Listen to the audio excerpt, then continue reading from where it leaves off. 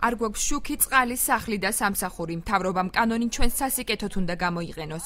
ამ შინაარსის მოწოდებებით ბათუმში ყოფილი 53 და 25 ბატალიონის ტერიტორიაზე თვითნებურად შესახლებულებმა საპროტესტო აქცია გამართეს.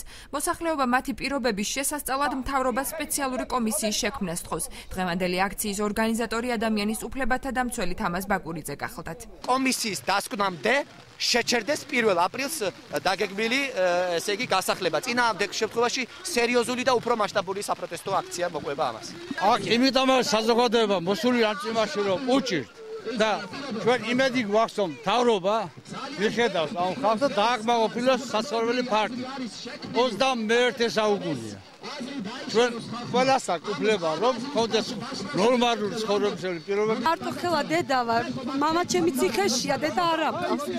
მარტო ვზდი ჩემშვით, მარტო მაქვს 54 ლა, რომელიც ეხლა დამინიშნეს, 1 წელი არ არის და აი ამ შარვლის მეტი აღარაფერი მაქვს. გავყიდე 54 ლარით. მაგენ იარსებებენ. წამალი ვიყიდო, შაქარი ვიყიდო.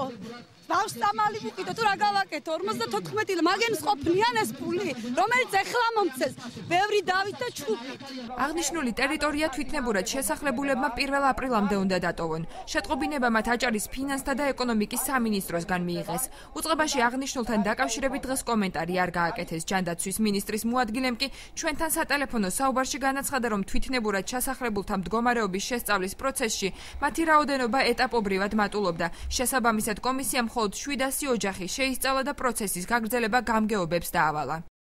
700 ოჯახამდე შევისწავლე და შემდეგ ამ შესწავლამ მიიღო ისეთი ხასიათის, რომ იმატა ნაკადმა შემომსწრებლები. შეგნებთ ჩვენ ვცხოვრობთ ყველა მუნიციპალიტეტებს, რომ ეს ოჯახები შეესწავლათ, იგი დაედოთ აი რამდენად საჭიროებენ და შემდეგ ისე სამომავლოდ ეტაპობრივად დაიწყოს ზრუნვა იმ პროცესებზე, რომ რასაკის დახმარებები შეიძლება შემდგომში ამ ოჯახებს რომ გაეწიოს. აქციის მონაწილეებმა ბათუმი ხულოს ცენტრალური მაგისტრალი დღეს რამდენიმე წუთით გადაკეტეს. მათი თქმით, მოთხოვნების დაუკმაყოფილებლობის შემთხვევაში პროტესტის ამ ფორმას მომავალშიც მიმართავენ. სულ ასე მოვაწყოს, სანამ არ მომიწევს მე ჩემი ერთი კუთხე.